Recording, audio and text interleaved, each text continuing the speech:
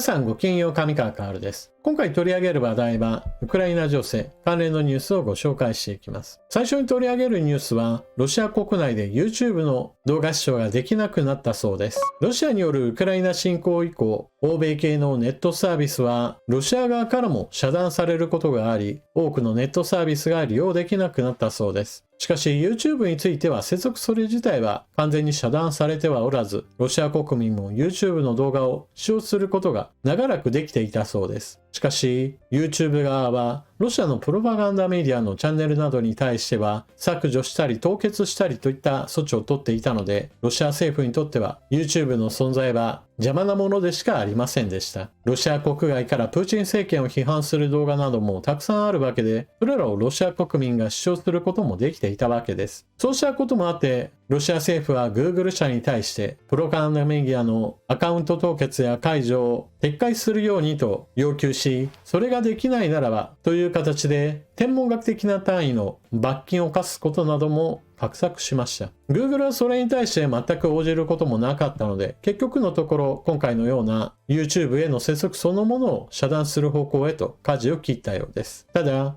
インターネットのこうしたウェブサービスといったものは正規の手段以外でも接続の方法があります。それが VPN といって通信経路を海外からのものと偽装させることによって、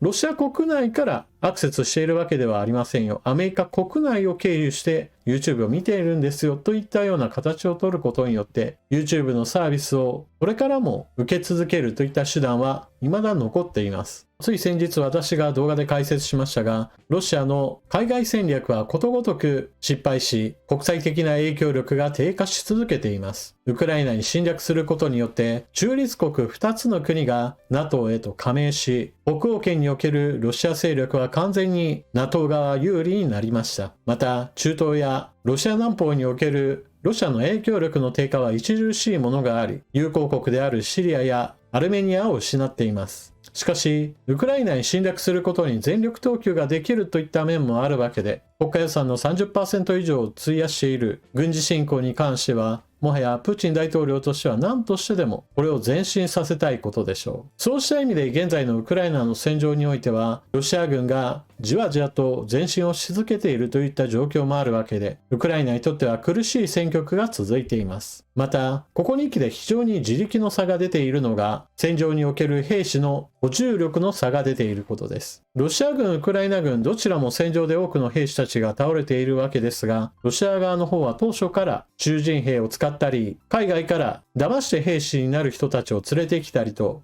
結構な悪どい手段も徹底的に活用しながら戦場へ兵士たちを送り続けてきました。そして現在では北朝鮮兵士たちも使い捨ての対象となっています。一方においてウクライナ側はプーチン大統領に比べるとどうしても民主的な手続きを取らざるを得ず、また兵士の使い捨て作戦についても非難の声を上げる民主的な余地も残っているため、どうしてもその点戦場においては苦しい場面が目立ちます。ちなみにロシア軍の全開戦術に組み込まれた北朝鮮兵は1週間で1000人程度の死傷者が出たといった報道も出ています。すでに累計では3000人近くが死傷者の中に含まれているとされ、ロシア兵の代わりに北朝鮮兵がより酷使されているだろうと言われています。ただしこれは死傷者であって全員が亡くなったわけではありません。また北朝鮮の兵士たちの扱いについて言っても、一応生き残った兵士についてはロシアの病院に搬送され手当てを受けているということなので、全員が全員負傷したら戦場にほったらかしにされるというわけでもなさそうです。ただ北朝鮮兵士たちが使い捨てにされているという話については、かなりここ最近ウクライナ側から公開される戦闘映像などにおいても北朝鮮兵士だろうと見られる遺体の数がかなり多くなっており、ロシア軍としては積極的に北朝鮮兵を前に使っているんだろうなというのは想像できます。そしてウクライナ側でかなり問題となっているのはベテラン兵の割合の低下です。戦いが長引くことによって新兵の補充といったものも行われるのですが、先ほども述べたようにロシア側では北朝鮮というまた別の国からの兵士の補充といったものも始まっているのに対して、ウクライナ側はそうした他の国からの援軍といったものが入っているわけではありません。その分兵士の補充数についても少ないですし、また兵士を補充しようにも元々の人口の差といったものもあって、十分な数が集められているわけではありません。そうした中にあって、生き残ったベテラン兵が徐々に減ってくることによって、軍全体の経験不足といったものが、ここ最近は指摘されるようになりました。ベテラン兵の数が少なければ、主だった部隊の主要人物の中で、まだまだ軍歴の浅い兵士たちが現場の小隊長などに登用される例などもあり、他のベテラン兵が任務についていれば、出なかったであろう被害などについても、より多めに出ることから、士気の低下を招き、東部戦線での兵士の脱走数といったものが増加しているというのです。この点、ロシア軍では、兵士の脱走に対してはその場で銃殺するといった行為を行っており、よく兵士たちを戦場に貼り付けていると言われています。非人道的な行為として知られる特戦なわけですが、しかし、このような恐怖をもってして抑え込むといったことは、ロシア軍では以前から行われている行為で、